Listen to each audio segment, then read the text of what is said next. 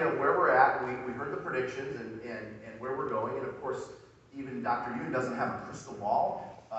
He knows that anything could change, at the drop tomorrow. And so it doesn't matter. We can't think about the prediction is this, so, I'm going to wait and see what happens, or it sounds like sales are going to be better in the second half. That's awesome. I don't care whether it sounds like sales are going to be better or worse. Here's what I know. I'm going to make my own market. And so I actually sat down and gave some thought to that ism, if you will, because we've been using that for a while. And I thought, okay, throughout the years, the market's changed. I had some of my best years in 2008, 2009, 2010, 2011. And every year, 8, 9, 10, 11, business was down. So how is it that every year, dropping sales, but every year I grew? My personal production grew every year from 8, 9, 10, 11. Our team's production grew 8, 9, 10, 11. Why is it that we had gains when the rest of the market was down? So then I thought to myself, and I thought back to those years, and I think about things that we're doing right now, and I put together a list of how you make your own market. So if you would turn to a clean sheet of paper and write these down, please. I'm going to share with you the formula. And this is the same formula that I use in my business. So the first thing is this, and you just covered it, but I want you to write it down.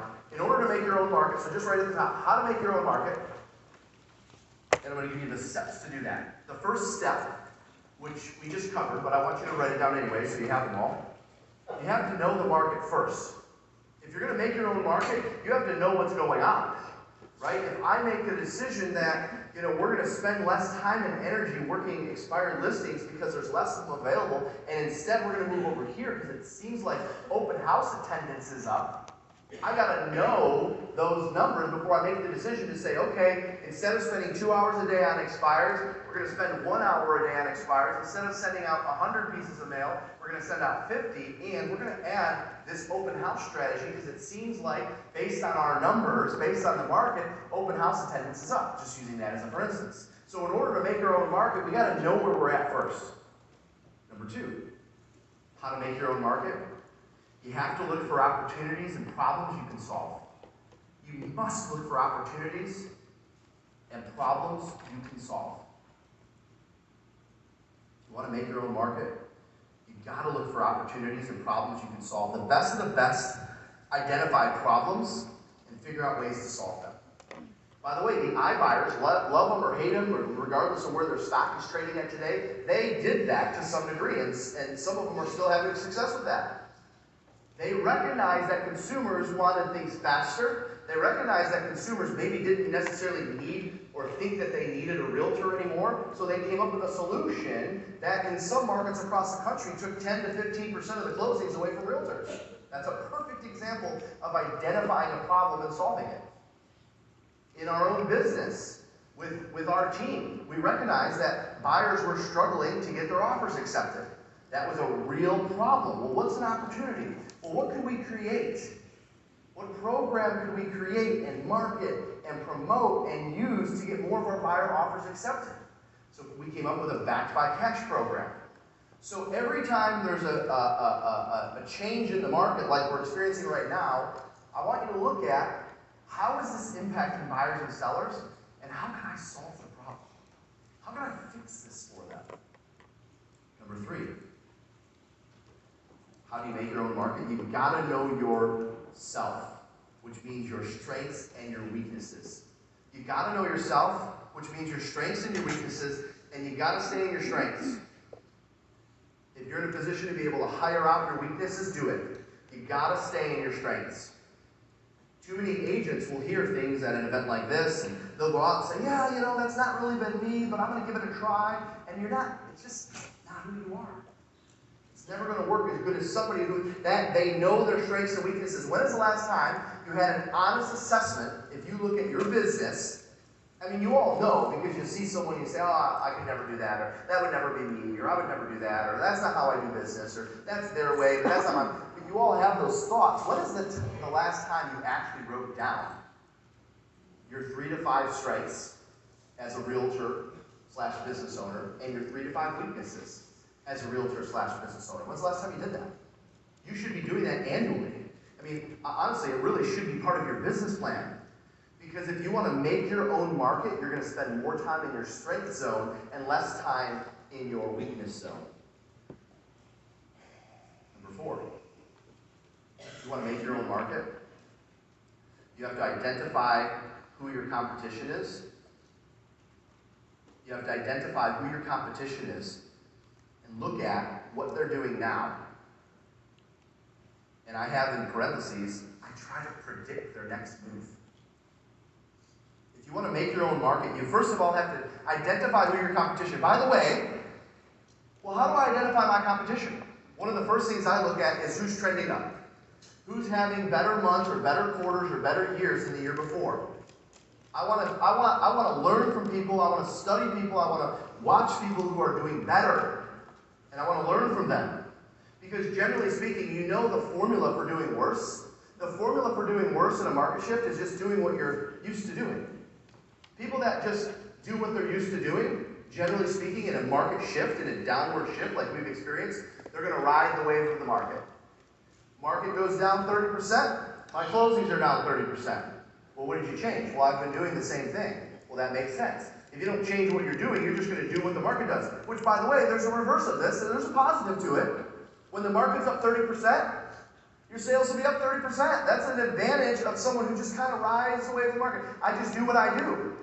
You mean to tell me you don't change what you do every year based on what's going on in the market? You're not understanding what's happening in the market and making some adjustments to your business and staying in your strength zone? Well, no, I had a really good year. My sales were up 38%. Well, that's awesome. The market was up 40%. So you're actually down. You're actually getting outproduced by the market by 2%. Yeah, but I was on the cover of Real Producers. Okay? Here's my advice. I don't even know what that is. Too many of you are living in the past. I don't know if it's a Michigan. Your past successes, your past trophies. Here's an assignment. A lot of times people say, Jeff, you know, I know through the years you've gotten like all these plaques and awards and all this stuff. Why don't you ever hang them up? Why don't you put them up? So I'm not thinking about the past. I'm thinking about what I need to do to move forward. So here's an assignment. When you get home, I want you to take your trophies, your awards, your plaques, your covers of the magazines, the articles, all the stuff that's been written about you, and I want you to put it in a box. And I don't want you to look at it for the rest of the year. Now, I didn't say throw it away. You can save it. I want you to, because here's the deal. When you're focusing on your past success, how could you be even thinking about your future? When you're focusing on your past rewards and awards, how can you even be thinking about what you need to do to move forward? If you were to step foot in my office today, you wouldn't see anything. I mean, maybe there's like in one of the drawers, there's a plaques or magazines or whatever. Why? Because I don't want to see that stuff that was in the past. And if I live in the past, then I'll get stuck in the past. And if I get stuck in the past, then I'll just ride the wave of the market like all my competitors do. I don't want to be like my competitors. I want to have an unreal life. I want to be in a position where I can give back and impact millions to live their most unreal life. And if I'm looking at the past and what I've accomplished, then I don't have the clarity to look at what I need to do to move forward. I need you to have that same clarity. And we're not going to do it by living in the past. Number 4, identify your competition. Look at what they're doing now. Pay attention to the people whose business is trending this way. Pay attention to the people whose business is trending this way and study what they're doing. Try to predict their next move. Well, how would you be able to predict their next move, Jeff? Watch. If you study your competition, then you can see what they do with their business every 2 or 3 years. If you're studying people that are trending up, there's probably changing things in their business regularly. What are they changing right now? Number 5, to make your own market, you've got to know your numbers and you got to know your ratios.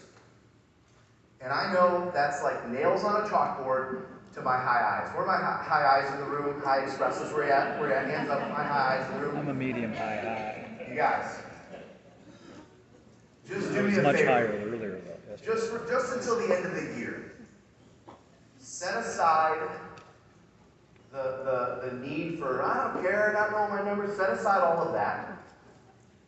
Be okay with being a little boring and being a little bored sometimes. I know that's like a curse word to my high-eye friends in the room. And know where you're at. Know your ratios. Because when I look at all of the parts of the business plan, and we're going to do a deep dive into the business plan. We made a decision for most of my stage segments. It's going to be focused on the plan. And that's the first time that we made a decision to where I would be up here talking about, what some of you would think is boring stuff for some of the time. And why did we make that decision to do that? Because it's the most important thing right now. It is the make or break for many of you, or it's the make and make better for the rest of you. So we got to know our numbers. We got to understand our ratios. We got to be able to say, if listings are going to be down 30%, how many more do I need to take? We got to know how many more people you have to talk to. I'm going to help you with all of that this week. Number 6, we must be crystal clear on our why. If you want to make your own market, you got to be crystal clear on your why. Because the more clarity you have on your why, the more likely you are to take action. If you're just, most of our competition, of course, present company excluded, most of our competition, they're just looking to pay the bills and have a little bit of money left over. I mean, think about it. If you just think of average human beings, we were just kind of raised to pay the bills and have a little bit of money left over. Pay the bills and go to Disney World once a year. Pay the bills and have, a little bit for savings. We're just kind of conditioned. Most of us are conditioned that way. Well, how do you break through that? How do you break through that conditioning that we've grown up with our whole lives? We're crystal clear on why we're doing it outside of the money. We're crystal clear on how we're going to gain and what it's going to do for the people that we love, our friends, our family. We're crystal clear on our purpose and our why. That's number 6. And number 7, how to make your own market. You have to execute on your plan daily. Not monthly, not weekly, not when you think about it. We have to execute on the plan daily. Every day. The plan is near you. Every day. The plan is going home with you. Every day. The plan is in your workbook. Every day. It's on your desk. Every day. It's in your car, on your passenger seat. It's not just this when we feel like it. Because in the past, we could do really well based on what feels good. Oh, that appointment went okay, but it's all right. I'll have another lead tomorrow. If they're not going to buy, I got somebody else coming in. Well, how many leads do you need in order to hit your goals? Well, I just figured I'm going to probably have enough leads because, I'm a likable person and I like talking to people and I like networking. Well, how many people are you going to have to talk to? Well, how would I know how many people I have to talk to? That worked in the last market. That's not going to work anymore. That actually worked. People had successes. It's amazing to me, some of the people that I've seen walk across stages or get awards. 10 million in production, 20 million in production. Year to date, 2 million. Why? Because your personality, although brilliant, although great, although enthusiastic, although exciting, although pleasant, although a joy to be around, your personality is only going to take you so far.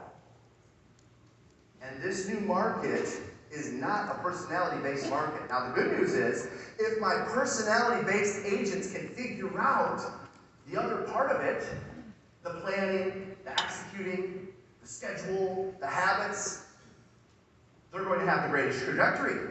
Because there's many of us in this room who maybe don't have a personality-based business. So you might be saying, well, Jeff, I'm the planner. I love this. You're talking my language. But yeah, I'm a little dry. I'm told I'm not that funny. Or, I'm told that I am a little shy to be a realtor. Well, here's the good news. Because you've got the planning part and the executing part down, you don't need to have a personality-based business. My hope is we can marry the two this week so that way everyone goes into the market and has the trend line of the people that you're following. Number 7 is you have to execute on your new business plan daily. So, one of the things when we were collecting our thoughts on the notes for this retreat, and I've already kind of alluded to this, was, all right, it's a retreat, it's a fun environment, it's Traverse City, Northern Michigan, I love it up here. Let's always make sure our people are loving the experience. Like, that's number 1. Content, yes, it's important, but we're always making sure that you're loving the experience. And at the same time, I'm a little nervous or I was nervous when we were putting our thoughts together on what we're going to cover this week, because a lot of the competition today, or maybe some of you in this room, are not in the best financial position, or at least in an equal to or greater than financial position than you were last year at this time. And so, rather than being the rah-rah, exciting, dramatic, and fun group at Glover U that we are, we got to be serious. And I don't know how else to say this other than I'm very concerned, not just for our industry, but for many of you in this room. Many of you that I've seen over and over at our events, and I can see the numbers. It's all, this stuff is all public. And I'm concerned that people are not having the year that they want to have, and are also concerned inside, but maybe haven't shared that with anyone else.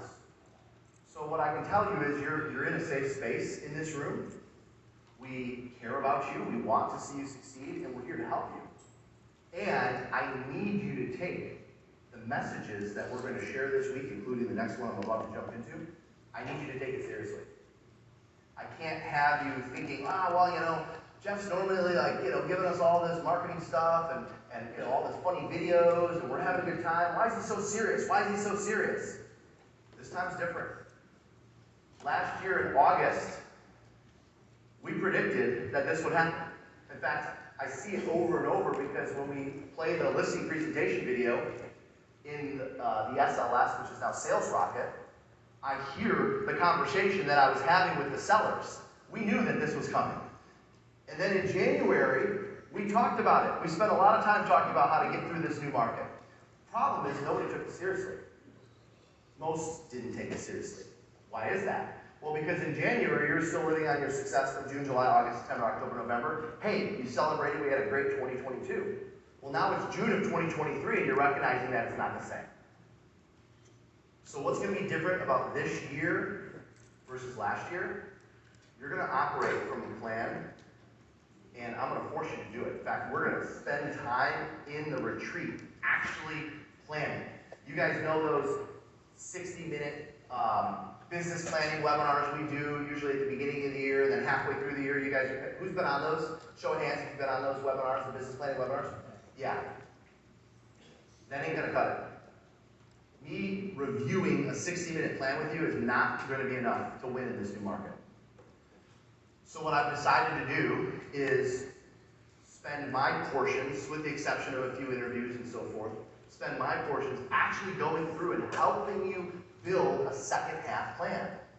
So instead of spending 45 minutes just of me reviewing a plan, I'm actually going to spend 20, 30, sometimes 40 minutes on each part of the plan, and we're going to build it together. Because I look at all of you out here in the audience and I think, okay, what would I be doing? This is the question I ask myself. What would I be doing if every single one of these agents in this room were one of my agents? Now, I hope you know that Glover U is broker agnostic. We don't recruit. We don't encourage recruiting. I don't care what brokerage you're with. I know we've got every single brokerage represented in this room.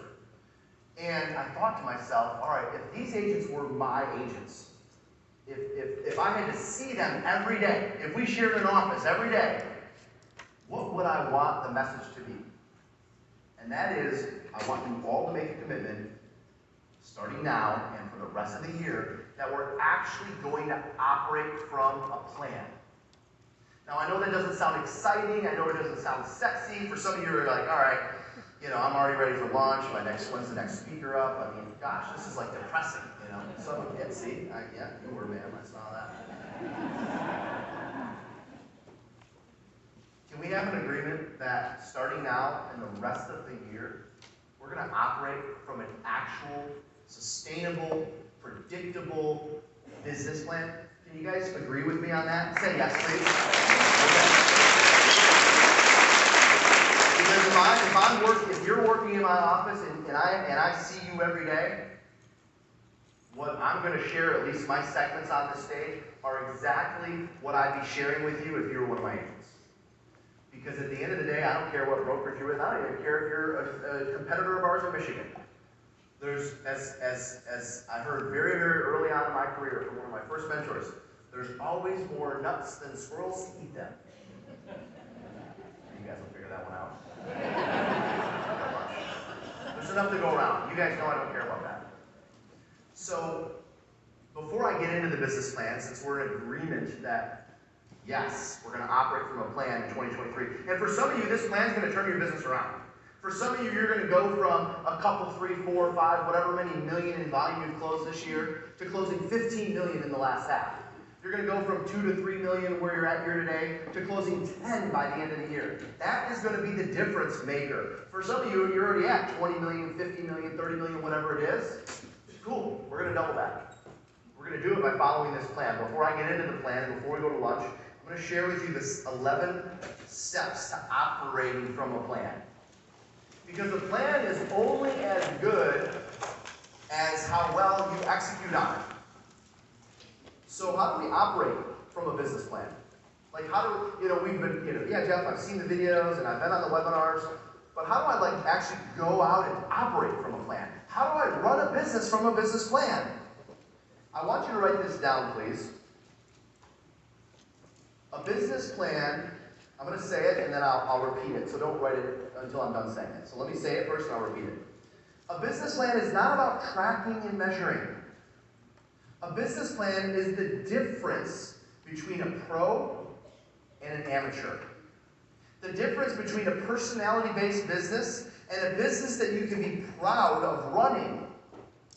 You're not operating from a plan, you're operating from luck.